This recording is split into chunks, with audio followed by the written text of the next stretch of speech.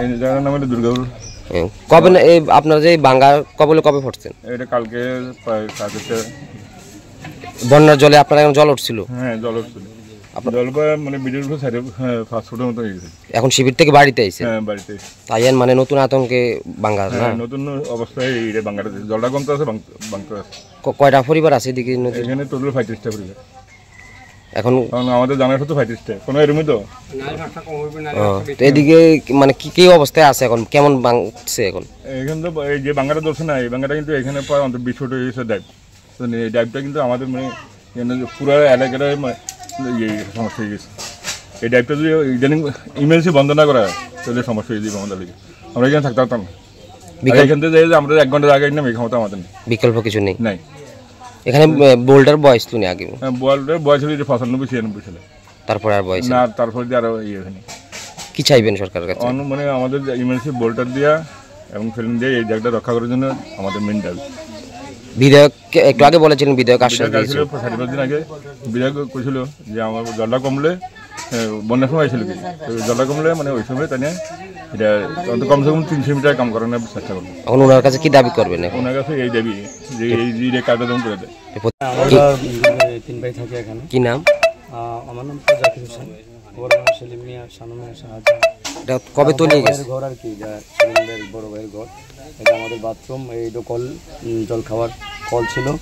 এবং নদীর যখন জল বেশি ছিল, বন্যা প্রভাবিত হয়েছিলাম, আমরা তখন শিবিরে সবাই চলে গিয়েছিলাম। এখন নদীর জল আস্তে আস্তে নিচে নামছে, তো আমরা বাড়ি ঘরে আসলাম সবাই।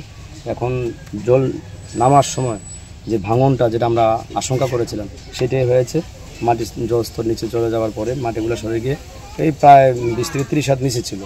গতকালকেও যখন একটু ফাটল দেখা দিয়েছিল, ওখানে কাজ ছিল, সবাই গাছ টাছটা কাটা হলো। আর কিছুক্ষণ 2-3 মিনিটের মধ্যে এখানে চট করে জলটা আসলো। এসে কালকে আমাদের দুর্গাপুরের এবং সুনামগঞ্জ সাবডিভিশনের সমস্ত যুবক ভাইয়েরা, বিভিন্ন সংগঠনের তারা এসে বস্তা টস্তা দিয়ে কোনোরকম সেটাকে ভাঙানোর চেষ্টা করেছিল। কিন্তু তারপরেও যতটুকু হয়েছে, কিছুটা হয়েছে। কিন্তু ভোররাত্রে আবার যখন বৃষ্টিটা হলো, তখন এই জায়গাটা আবার ভেঙে আপনারা দেখতে পাচ্ছেন এখন বড় ঘরটাও চলে যাওয়ার সম্ভাবনা রয়েছে।